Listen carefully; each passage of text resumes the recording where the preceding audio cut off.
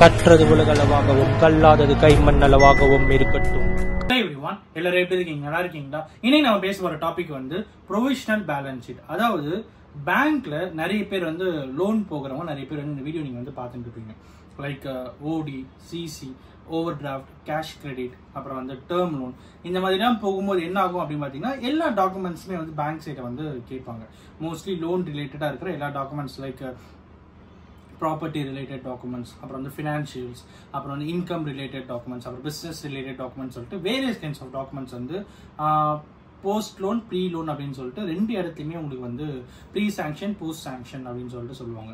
Sanction ஆகிறதுக்கு முன்னாடி தேவைப்படுற டாக்குமெண்ட், சாங்ஷன் ஆன அப்புறம் தேவைப்படுற டாக்குமெண்ட் சொல்லிட்டு ரெண்டு கைண்ட் இருக்கு. ஸோ இதில் இந்த ப்ரீ சாங்ஷனில் ப்ரொவிஷனல் பேலன்ஸ் ஷீட் அப்படிங்கிறது வந்து ஒரு மேஜர் ரோல் பிளே பண்ணுற ஒரு விஷயம். ஓகேங்களா? இந்த ப்ரொவிஷனல் பேலன்ஸ் ஷீட்னா என்ன அப்படின்னா, அதாவது இன்டரிம் பட்ஜெட் அப்படின்னு நிறைய பேர் கேள்விப்பட்டிருப்பீங்க. ஒரு ஆட்சி இருக்கு அப்படின்னா வந்து அவங்க குறிப்பிட்ட காலம் கட்டம் வரைக்கும் தான் இருப்பாங்க. அந்த பட்ஜெட் ஃபுல்லாக அவங்களால இருக்க முடியாது அப்படின்னா இன்டரிம் பட்ஜெட்டை வந்து தாக்கல் பண்ணுவாங்க. Similar to that provisional balance sheet அப்படின்னா என்ன அப்படின்னு பார்த்தீங்கன்னா, இப்போ ஒரு ஃபினான்ஸ் இயர் வந்து ஸ்டார்ட் ஆகிட்டு ரன் ஆகிட்டே இருக்கும். கரெக்டுங்களா? இப்போ இன் பிட்வீன் செப்டம்பர்லையோ மார்ச்லையோ ஏதாவது ஒரு மந்த், அந்த இயர் முடியறதுக்குள்ள ஏதாவது ஒரு மந்த்ல நீங்க பேங்க்ல லோன் கேட்க போறீங்க அப்படின்னா அந்த பர்டிகுலர் ரன்னிங் இயருடைய டோட்டலா ஏப்ரல் டு மார்ச்சுக்கு ஒரு ப்ரொவிஷனல் பேலன்ஸ் ஷீட் வந்து கேட்பாங்க.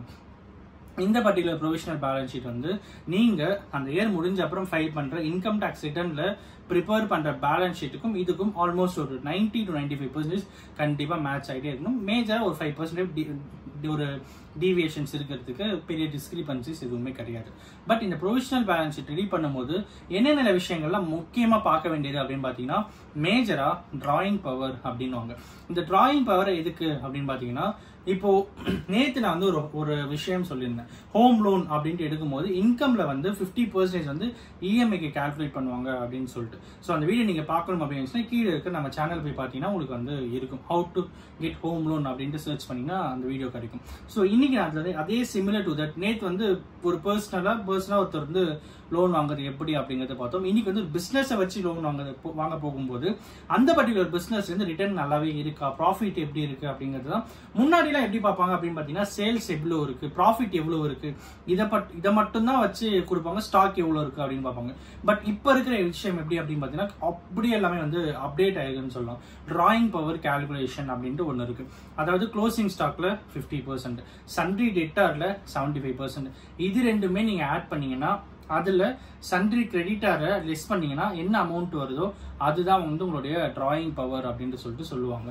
விச் மீன்ஸ் இப்போ ஒரு சன்ட்ரி டேட்டர் க்ளோசிங் ஸ்டாக் அந்த பர்டிகுலர் பெர்சன்டேஜ் வந்து நீங்க கால்குலேட் பண்ணிட்டு உங்களோட பேலன்ஸ் ஷீட்ல எவ்வளவு இருக்கும் அதுல அந்த 75%, 50% கால்குலேட் பண்ணிட்டு அது ரெண்டுமே ஆட் பண்ணிட்டு சன்ட்ரி கிரெடிட்டார் லெஸ் பண்ணீங்கன்னா அதுதான் உங்களோட டிராயிங் பவர். அந்த பர்டிகுலர் அமௌண்ட் தான் நீங்க பிசினஸ் லோனா உங்களால வாங்கறதுக்கான எலிஜிபிலிட்டி.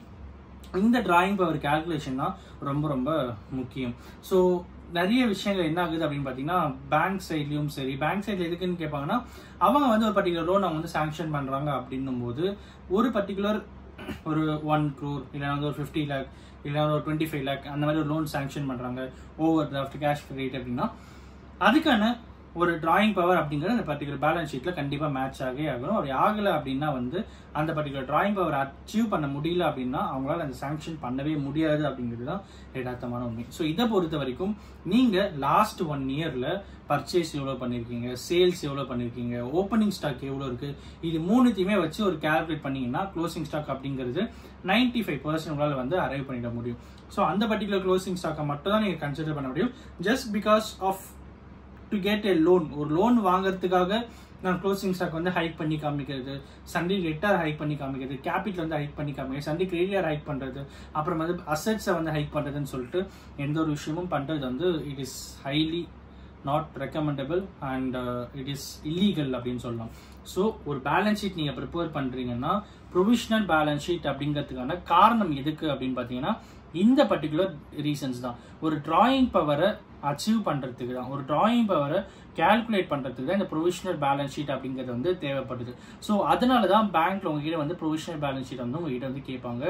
அந்த பர்டிகுலர் விஷயத்துல ஆக்சுவலா என்ன இருக்கோ அதை மட்டுமே நீங்க போட்டு பண்ணீங்கன்னா கரெக்டா இருக்கும் அப்படிங்கிறது தான் இன்னைக்கு நான் உங்ககிட்ட சொல்லணும் அப்படின்னு. அண்ட் அஃப்கோர்ஸ் இந்த வீடியோ யாருன்னா ஒருத்தருக்கு நாலேஜ் இருக்குன்னு சொல்லிட்டு நான் நம்புறேன். Thanks so much.